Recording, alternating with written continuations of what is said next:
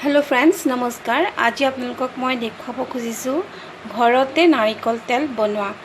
एखिनि होइसे नारिकलखिनि काटि लोৱা হৈছে আৰু আজিকালি বিশেষকৈ টাৱাৰবোৰ হোৱাৰ পৰা नारिकल तामोल एबिलाक खूब बेया হৈছে আৰু नारिकलবোৰ আজিকালি ভাল নহয়, खूब সোনকালে বেয়া হৈ যায় আৰু এখিনি গোন্ধোৱা নাই, ভালেই হৈ আছে, খালি অলপ ওপৰখন এনেকুৱা হৈছে বা এনেকুৱা নাৰিকলো ব্যৱহাৰ কৰিব পাৰে বা একদম ভাল নাৰিকলো ব্যৱহাৰ কৰিব পাৰে।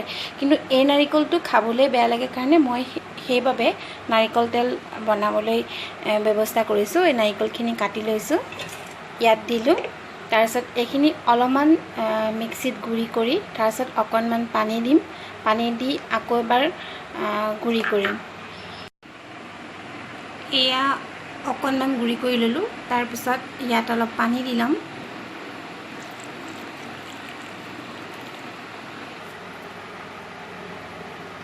এয়া এই ধৰণে পিচি লৈছোঁ আৰু ইয়াত মই আৰু অলপ পানী দিছিলোঁ, এটা হিচাপত পানী দি ল'ব পিচিব পৰাকৈ। এইখিনি পিচি হৈ গ'ল। ইয়াত আছে 3টা নাৰিকল, তাৰপিছত ইয়াত আৰু অলপমান পানী দি দিব। পানী দিয়াৰ পিছত এইখিনি ভালকৈ চেকনি এখনত বা কাপোৰত চেকি দিব। চেকনিত চেকিলে বেছি ভাল হ'ব আৰু পিছত কাপোৰত চেকিব। তেলটো হোৱাৰ পিছত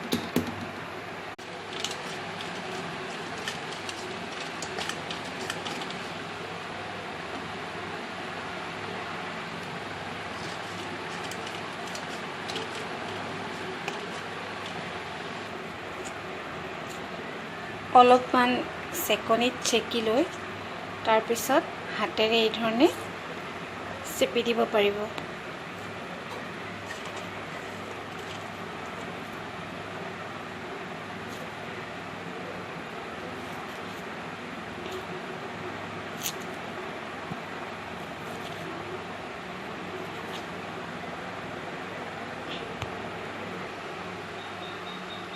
চেকাৰ পিছত এইখিনি ওলালে, এইখিনি হিতাখিনি, এইখিনিতো কাম নাই বাৰু একো। আৰু এতিয়া এইখিনি ফ্ৰিজত এক ৰাতি ৰাখি দিম।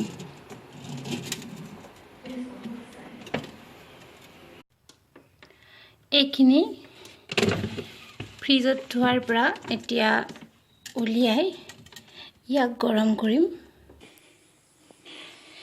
এইখিনি ফ্ৰিজত একচুৱেলি এক ৰাতি ৰাখিলে হৈ যায়, কিন্তু সময়ৰ অভাৱত মোৰ এক ৰাতিতকৈ অলপ বেছি থাকিলে, 2-3 ৰাতি বা বেছি থাকিলে একো বেয়া নহয়। ওপৰলৈ ধুনীয়াকৈ ক্ৰীমৰ নিচিনাকৈ ছটা বান্ধি থাকে। তাৰপিছত এইখিনি কেৰাহী বা চচপেন এটাত দি দিব।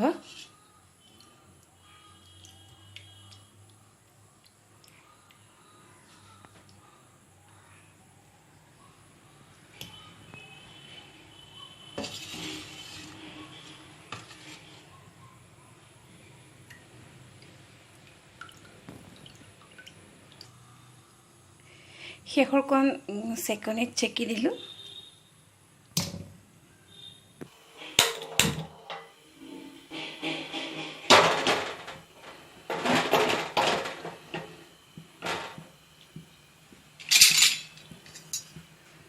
এতিয়া এইখিনি জুই গেছত বহাই লৈ, জুইটো বহুত বেছিও দি নিদিব, প্ৰথমতে অলপ দিব পাৰে, তাৰপিছত অলপ কমাই দিব। তাৰপিছত লৰাই যিধৰণে গৰু ঘিউ বনায় ঠিক সেইধৰণে লৰাই থাকিলে হ'ব।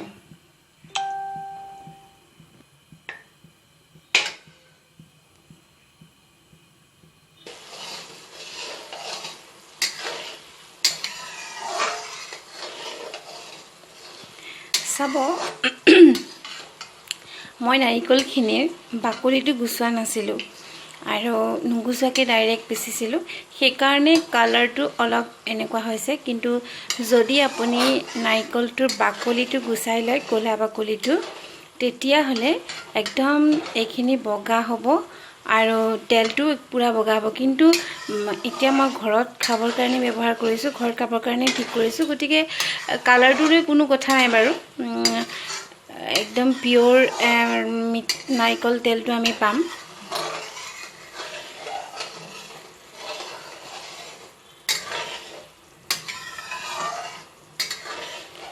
আৰু এই নাৰিকল তেলেৰে আপোনালোকে চুলিত লগাব পাৰে।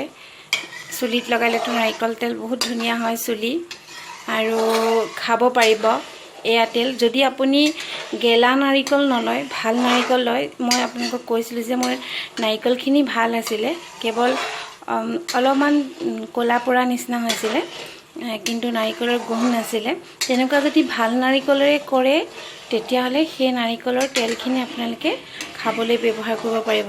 কিন্তু যদি অলপমান বেয়া নিচিনা নাৰিকল তেল হয়, তেতিয়াহ'লে সেই নাৰিকলৰ তেলখিনি আপোনালোকে চুলিত লগাব পাৰিব।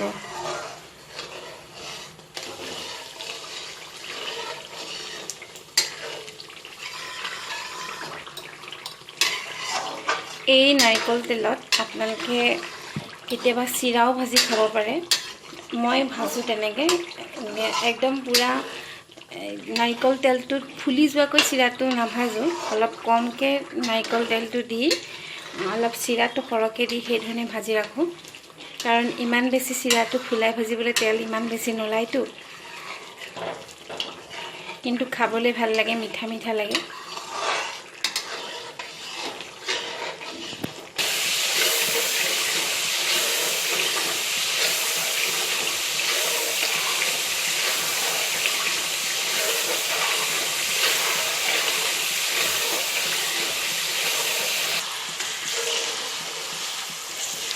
এইখিনি হৈ গ'ল চেকিব পৰা।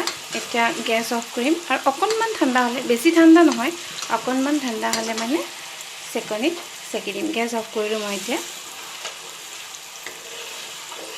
বহুত ঠাণ্ডা হ'ব নিদিব, নহ'লে তেলটো ভালকৈ নোলাব।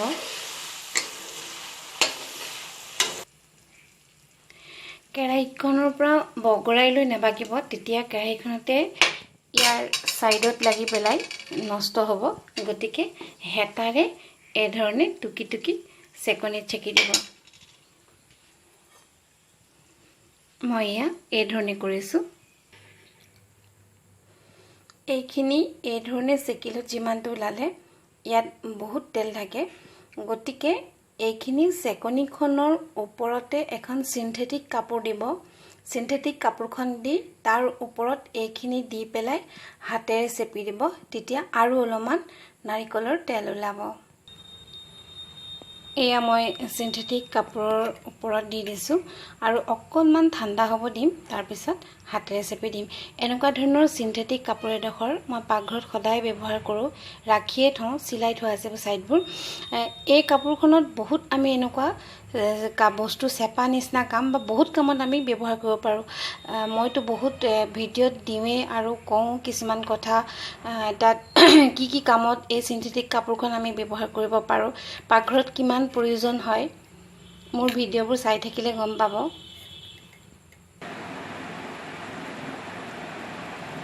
এয়া চাওক কিমানখিনি ওলাইছে, আৰু বহুত ওলাব, কিন্তু এখনতে মই আপোনালোকক দেখুৱাবলৈ অলপ অসুবিধা হৈছে। দুইখন হাতে চেপিব লাগিব, তেতিয়াহে ওলাব।